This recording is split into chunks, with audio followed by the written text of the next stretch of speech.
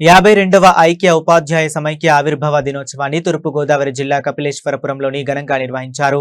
ఈ సందర్భంగా కపిలేశ్వరపురం ఎంపీడీఓ కార్యాలయం వద్ద యూటీఎఫ్ జెండాను గౌరవ అధ్యక్షులు ఎంవి రమణారావు, విశ్రాంత ఉపాధ్యాయులు బి వెంకటేశ్వరరావు ఆవిష్కరించారు.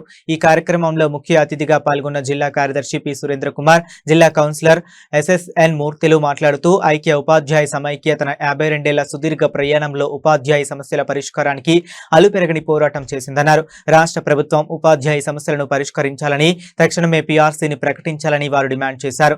ఈ కార్యక్రమంలో మండల అధ్యక్ష, ప్రధాన కార్యదర్శులు జువల శ్రీనివాస్, ఐ సూరిబాబు, మండల అసోసియేట్ అధ్యక్షులు ఎం అనంత సత్యనారాయణ మూర్తి, మండల office bearers KVSN Murthy, KV Govinda Kumar, Sri A Srilatha, M Siromani, T Subbarao, G Venkataramana, పలువురు ఉపాధ్యాయులు M Vijayadurga, PS Priyanka, S Srivalli, A Rajeswari, S Sridevi, Shouri, Kiran, P Brahmanandam, B వెంకటేశ్వరరావులు పాల్గొన్నారు.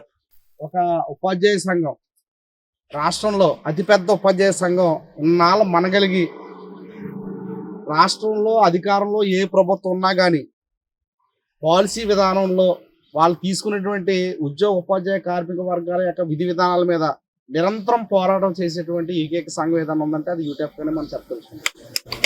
ఎందుకంటే మన రాష్ట్రంలో ప్రతిపక్షం ఉందో లేదో తెలియదు కానీ మనం యూటీఎఫ్ మాత్రమే ప్రతిపక్షంగా ఉన్నటువంటి పరిస్థితి. ఇప్పుడు కేంద్ర ప్రభుత్వం కానీ రాష్ట్ర ప్రభుత్వం కానీ ఎట్లా జరిగిందంటే ప్రశ్నిస్తే ఏదో కేసు పెట్టేసి అరెస్ట్ చేసే వ్యవహారంగా చేస్తారు. చూస్తున్నాం రీసెంట్గా చాలా దారుణమైన పరిస్థితులకు వచ్చి ఎట్లాగ వచ్చిందంటే కనీసం ప్రశ్నిస్తే దేశద్రోహం కేసు పెట్టేసి లోపడేసే పరిస్థితి కూడా, అంటే